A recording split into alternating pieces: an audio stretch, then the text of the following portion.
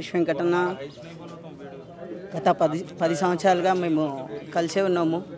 అన్న ఎప్పటి నుంచో సినిమా తీద్దాం అని అన్నాడు. ఫేస్బుక్ మజాక్ అనే సినిమా స్టార్ట్ చేయడం జరిగింది.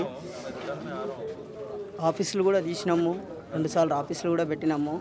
అన్న ఎంబడినే ఉంటుండే నేను. అన్న నన్ను చాలా మంచిగా చూసుకుండు. ఫస్ట్ నర్సింగ్ అన్న ఉండే, నర్సింగ్ అన్న తర్వాత మన ఫిష్ వెంకటన్న నాకు ఇండస్ట్రీలో నేను ఎదగకపోవడానికి రీజన్ ఏంటి అంటే, నేను మన నర్సింగ్ అన్న నువ్వు నమ్ముకున్నా, నర్సింగ్ అన్న కూడా బాగానే చూసుకున్నాడు. చేద్దాం అని అన్నాడు. తర్వాత మన ఫిష్ వెంకటన్న అయితే చాలా బాగా చూసుకున్నాడు. ఇంకా కానీ ఇప్పటికీ మొన్న నెల వరకు మన ఫిష్ వెంకటన్ననే మనతోనే ఉండే మొత్తం. కానీ ఈరోజు ఇట్లా అవుతుందని నేను ఎక్స్పెక్ట్ చేయలేదు అసలు. నెక్స్ట్ మొన్న మంతే నేను మాట్లాడింది ఫిష్ వెంకటన్నతో. ఎప్పుడు మేము ఫిష్ వెంకటన్న మేము కలిసే ఉంటాము. మాకు చాలా బాధ ఉంది.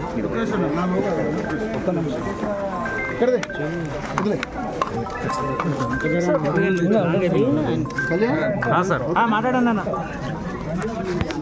అందరికి నమస్కారం. నేను గట్టిగా మాట్లాడాడు. ఇంకటన్నా లేనందుకు మాకు చాలా బాధాకరమైన విషయం.